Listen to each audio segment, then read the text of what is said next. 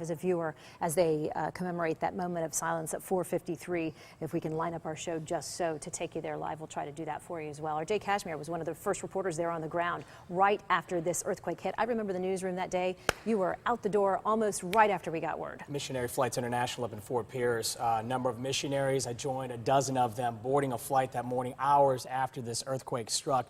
We went down to Haiti with absolutely no idea what we're about to uncover.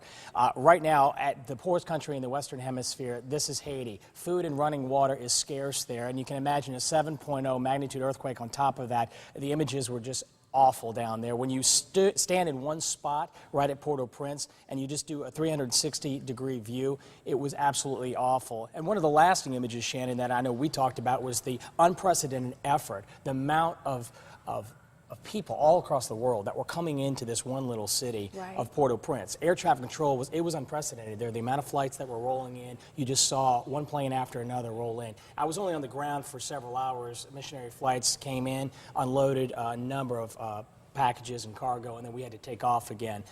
But it was just those images that kept on rolling, and then the mountainsides that had collapsed outside there was just awful. Were you did you roll up on some of the search and rescue teams who were looking for people? Because I remember that went on for, what, it seemed like weeks. Weeks, it did. We were right outside Port-au-Prince Airport, and we were really stationed there. We couldn't go very far. They were mobilizing their efforts because it was so early. It had only been hours since the earthquake had hit. So we saw a number of UN personnel, a number of Coast Guard personnel that were mobilizing their efforts, beginning their searches in that area. But again, you could just sit in one spot and turn 360 degrees and destruction was all around you. And I think as reporters, we try to go there and we try to report the story, but you know, events like this, they change you as a human being. Yeah. And so we appreciate you sharing your firsthand look at Haiti after that tragedy. You were there for several days. I know it'll stay with you forever. Yes, Jay, thanks so much. Switching gears just a bit, we're turning outside, or looking outside anyway, some soggy and wet weather and some